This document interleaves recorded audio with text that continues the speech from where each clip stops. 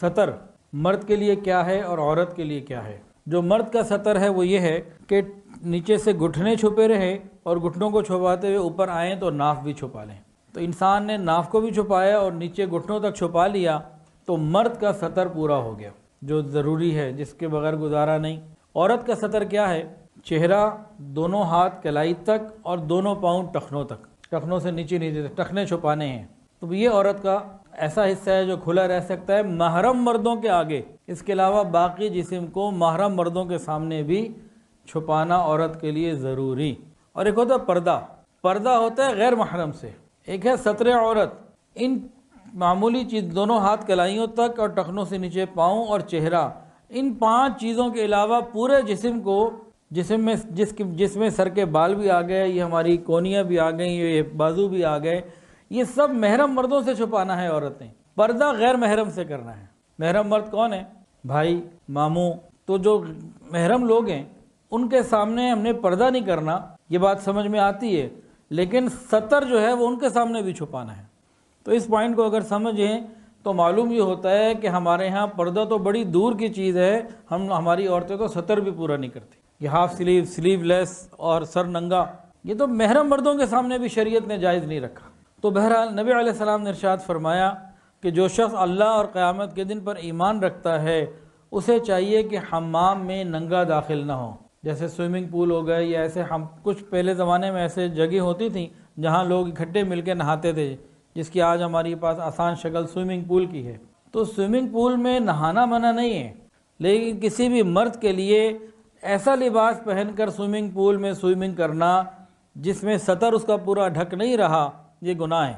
دونوں کے اوپر اللہ کی لعنت، اس کے اوپر بھی جو ایسے لباس میں سوئمنگ کر رہا ہے اور اس کے اوپر بھی جو ان کو دیکھ رہا ہے، دیکھنے والے کے اوپر بھی، دکھانے والے کے اوپر بھی اللہ کی لعنت، جو سطر پورا نہیں کر رہا۔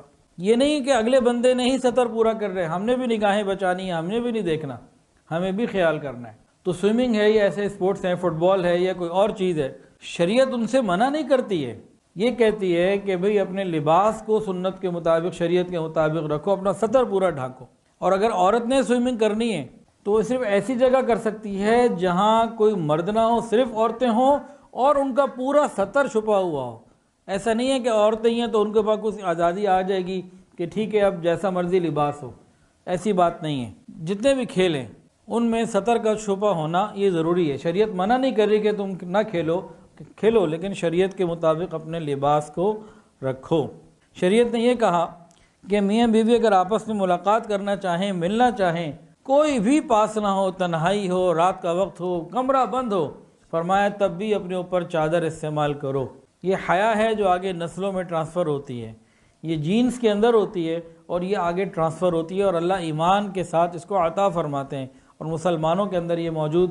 اور جو بے حیائی کے ساتھ میاں بیوی ملاقات کرتے ہیں تو وہ بے حیائی پھر آگے ان کی نسلوں میں، اولادوں میں ٹرانسفر ہو جاتی ہے۔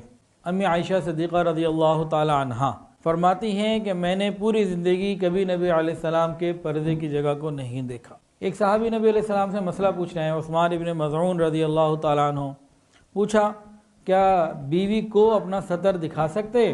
فرمایا کہ ہاں گنجائش تو ہے۔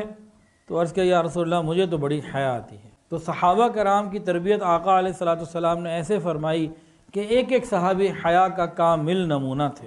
ایک مرتبہ چند لوگ نہا رہے تھے، جیسے سوئمنگ پول میں نہاتے ہیں یا کوئی تالاب میں یا نہر میں بعض لوگ نہا لیتے ہیں، دریا میں۔ تو حضرت ابو موسیٰ اشعری رضی اللہ تعالیٰ عنہ گزر رہے تھے، انہوں نے دیکھا کہ چند لوگ نہا رہے ہیں اور ان کے سطر جو ہیں پورے نہیں ہیں، شریعت کے مطابق نہیں ہیں۔ جیسے آج کل ہمارے بعض لوگ انڈر ویئر پہن لیتے ہیں، سطر پورا نہیں ہوتا۔ تو اسی طرح کا کوئی معاملہ تھا کہ سطر چھپا ہوا نہیں تھا اور لوگ نہا رہے تھے۔ تو انہوں نے فرمایا میں مر جاؤں پھر زندہ ہو جاؤں، پھر مر جاؤں پھر زندہ ہو جاؤں، پھر مر جاؤں پھر زندہ ہو جاؤں، یہ بار بار کا مرنا اس سے بہتر ہے کہ میں ان لوگوں کی طرح نہاؤں۔ یعنی نہانا منع نہیں کیا گیا، بے حیائی کے لباس میں نہانا منع کیا گیا۔ شریعت کی ایک رسپیکٹ ہے، وہ ہمیں دینی ہوگی کہ قیامت کے دن ہمارے اعمال شریعت کے مطابق ہی تولے جائیں گے۔ جو ملکوں کے قانون ہوتے ہیں نا، یہ تو آئے دن بدلتے رہتے ہیں، تو ملکوں کے قانون کے مطابق قیامت کے دن ہمارا فیصلہ نہیں ہونا، اللہ اور اس کے رسول کے بتائے ہوئے دین کے مطابق فیصلہ ہونا ہے۔ جیسے کسی نے کہا جی 45 سال کے بعد کہیں پہ کسی نے قانون بنا دیا کہ جی یہ کر سکتی ہے عورت، وہ کر سکتی ہے، محرم کی ضرورت نہیں، فلاں کی ضرورت نہیں، تو قیامت کے دن کسی ملک کے قانون کے مطابق فیصلہ نہیں ہونا، شریعت کے مطابق فیصلہ ہونا۔ اس بات کو ہمیں سمجھنے کی ضرورت ہے۔ حضرت قتادہ رضی اللہ تعالی عنہ حیا کی وجہ سے انتہائی تاریک جگہ پہ نہاتے تھے۔ گویا یوں سمجھ لیجئے آج کل کے ماحول میں کہ حیا کی وجہ سے نہاتے وقت واش روم کی لائٹ آن نہیں کرتے تھے۔ آج کل کے ہم زمانے میں سمجھانا ہو بچوں پہ، بچے بیٹھیں تو بھی یہ بات ہوگی حیا کی وجہ سے۔ اور حضرت سلمان فارسی رضی اللہ عنہ فرماتے تھے کہ مر جانا اس بات سے بہت اچھا ہے کہ میرا جسم کوئی دوسرا دیکھ لے، میرا سطر کوئی دیکھ لے، کہ میرا سطر کوئی دیکھ لے، اس سے بہتر ہے کہ مجھے موت ہی آ جائے۔ یہ حیا کی باتیں ہیں۔